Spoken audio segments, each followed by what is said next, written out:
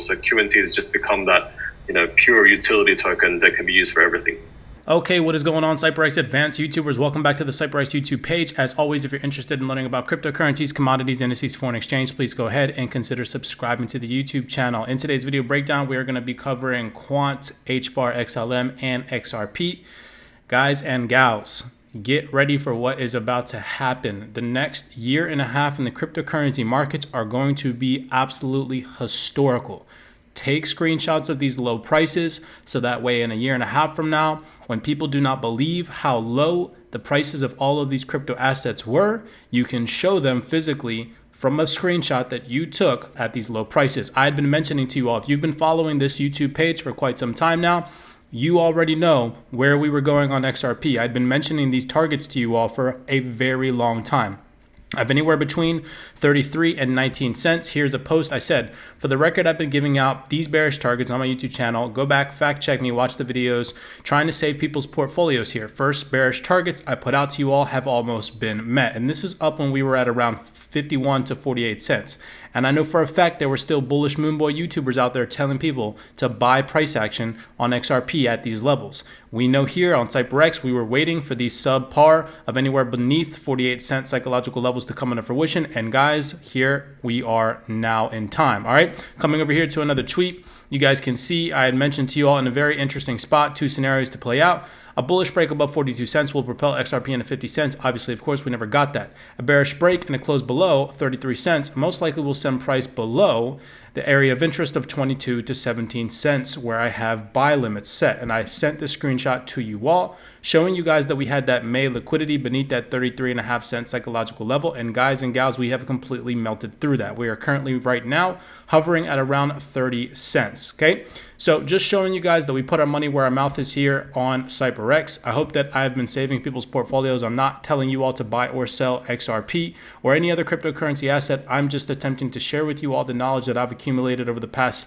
almost 7 years that I've been involved in this cryptocurrency market. So without further ado, I understand that we are in a temporary bearish market right now.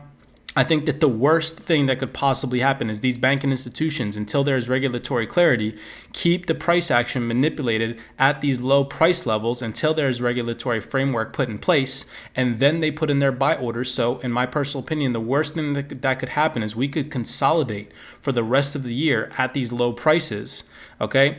Until there's regulatory framework and banking institutions have the green light to flood the market. Now, that's just speculation. That's, for me, worst case scenario, right? Everybody's hoping that the bottom is in and the market just starts to capitulate and rise back to the upside. But from a realistic point of view, we know what's going on right now. We know that there's regulatory framework being put in place, and big banks, institution, e-commerce, all of these big entities that have whale money sitting on the sidelines right now are not going to start dumping that money until there's regulatory framework and clarity put into place, okay? So with that being said, I have some hopium for you all in the sense of a couple of video snapshots that I'm going to play for you guys. So sit back, enjoy, and understand the long-term perspective of this cryptocurrency market is bullish. The cryptocurrency market is not going anywhere. I see time and time again on the Twitter space, and I know you all can comprehend exactly what I'm talking about. People crying over all of these depeggings and all of these cryptocurrency assets going to zero. Do your research and stop investing in cryptocurrencies with no utility and future use case. All right. Celsius just dropped significantly. Okay. Luna, all of these cryptocurrency assets being rug pulled and all of these just nasty, I don't even know what to call them. I mean, devastation. Okay. People are probably taking their lives over the loss of money and monetary value that they've experienced in these markets. Save yourselves from that.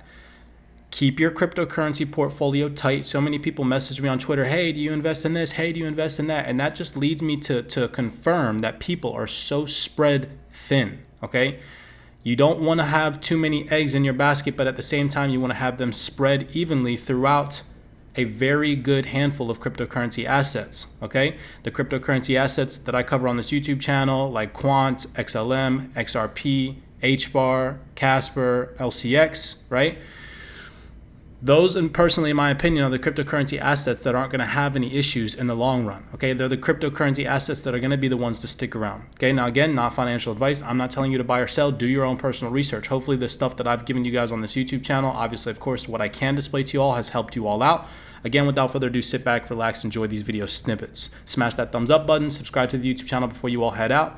Now let's dive in. I want you all to take a listen to the key vocabulary across the cryptocurrency community right now with all these CEOs and all these head executives and all these people, right? Big names, billionaires, millionaires, and the number one thing that they mention, which is use case and utility, okay? And Quant and XLM and Hbar and XRP, okay? So here's Brad Garlinghouse interview on CNBC back from 2017. I just want you all to pay attention to what this gentleman says. So if the immediate opportunity is efficiencies in this area of the actual kind of nuts and bolts sort of plumbing of the financial system, how does that relate to the value of the Ripple tokens or of the Bitcoin or cryptocurrencies? They're taking on a separate life, it seems, from the future of adoption of this technology. It's a great point, and I think one of the things we all have to remember is that the value of a token over the long term is really going to be derived by its utility.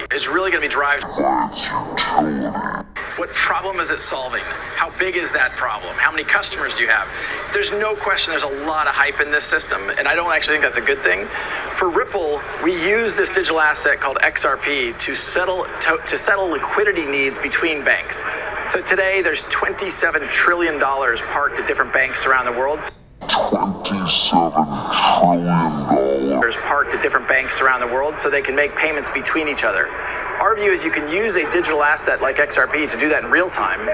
Because XRP has been so efficient, it settles a transaction about 3 seconds compared to Bitcoin. So it just passes through that currency.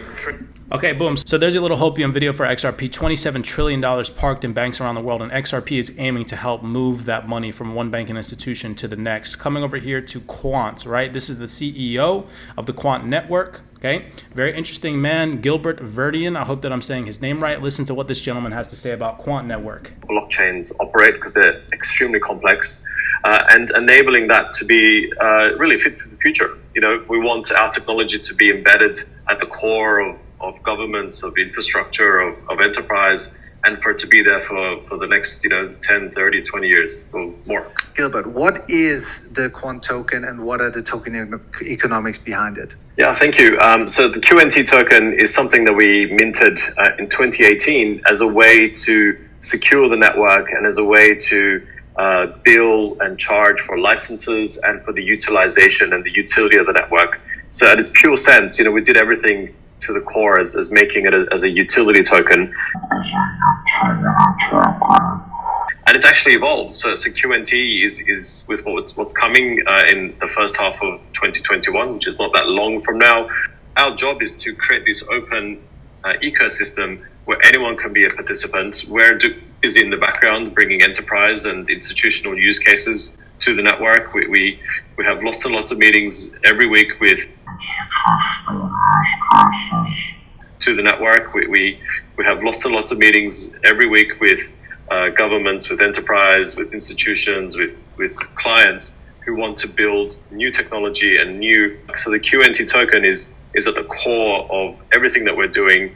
And what happens is if you own gateways and you run this on the network, when you process transactions, you get paid in QNT. Anything computes, if you want to create like an AWS equivalent on the Overledger network, all of this is possible. So QNT has just become that pure utility token that can be used for everything. Okay, outstanding. CEO of Quant Network saying very interesting things about QNT. Highly suggest that you all do your personal research. Take a look at QNT. Don't sleep on it. I tweeted out to you all that 2 Quant today was only $100. So to purchase 2 Quant was only $100. I let you know that I filled some QNT in my personal portfolio today. I bought a significant amount of QNT for the long haul. Having the ability to buy 2 Quant for under $100 is crazy right now, okay? Considering the fact that its all-time high was in the 400s, okay? Phenomenally discounted. Again, do your personal research. I'm not telling you all to buy QNT or anything like that, or any of the crypto assets that we're covering on this video today. Coming over here to another video snippet that I found on Hbar. This is a very interesting gentleman right here, Mance Harmon. He is the CEO of Hedera Hashgraph. Take a listen to what this gentleman says about utility and Hedera Hashgraph's future. So that's a game changer. It's a game changer internally in the industry. But when you're asking Visa and MasterCard and American Express, and they make transactions of north of a million per second. Ah. How does that equate? Well, in terms of practicality and utility. Yeah, it's interesting. You would think that that's the case. It turns out that their systems, on average, collectively, are processing somewhere between 50 and 60,000 transactions per second.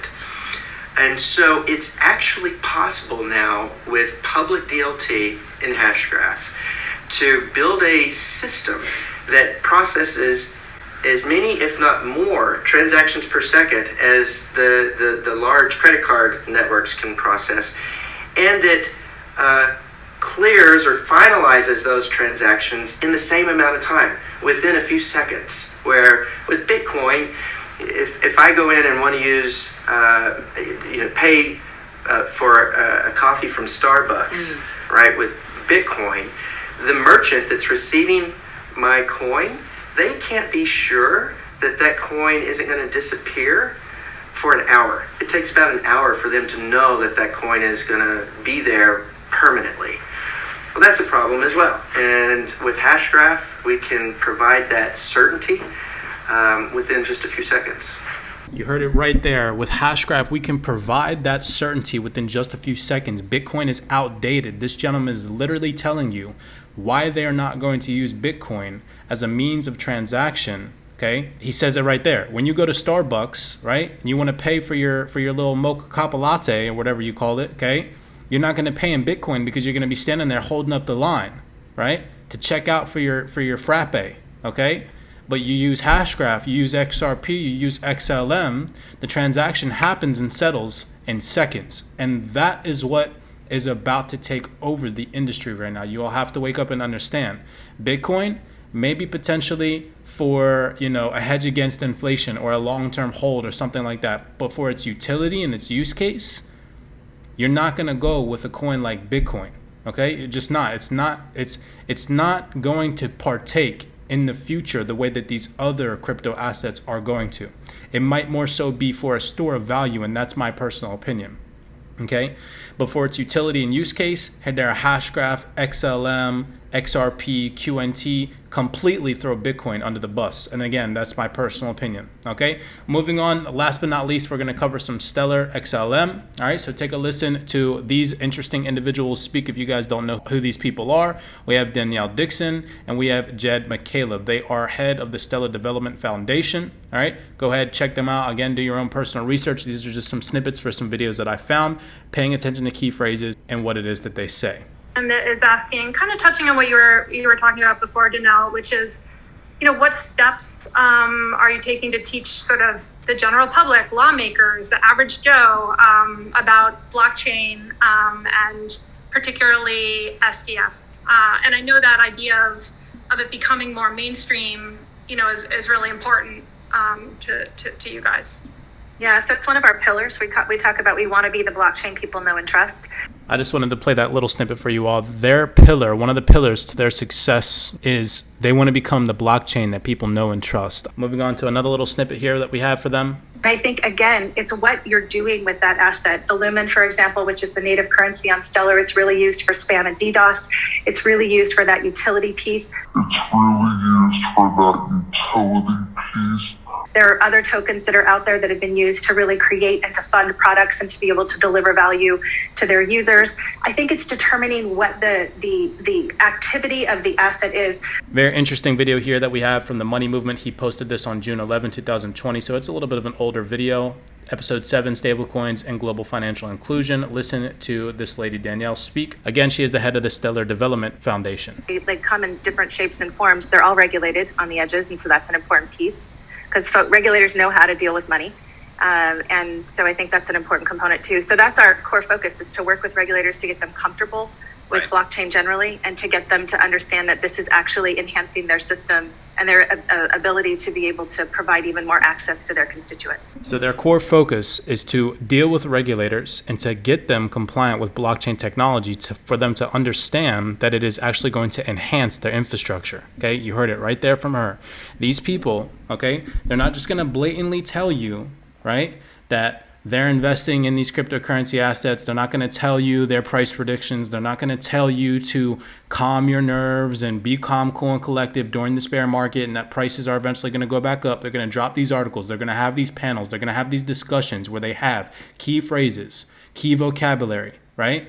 Where the everyday average individual is not going to be able to comprehend long term, because the normal person trades based off of what? Fear and greed. Okay, hang in tight. I understand that this is a temporary bear market, and it is probably very painful for those individuals that listen to the Moon Boys and bought at the top. So you guys are obviously seeing a depreciation in your overall portfolio. The best that we can do here is utilize a profitable strategy to consistently put in dollar cost average positions on cryptocurrency assets that have utility and use case for the future generations to come. Anywhere between 10, 30, 50, 70 plus years from now, that is what's happening, okay? Do your own personal research. Thought that I'd start the week off right with one of these little interesting video snippets. I hope that everybody has an amazing rest of your week. Blessings to you guys. As always, I appreciate the love and the support. Subscribe to the YouTube channel, like this video, and I will see you guys in the next video breakdown.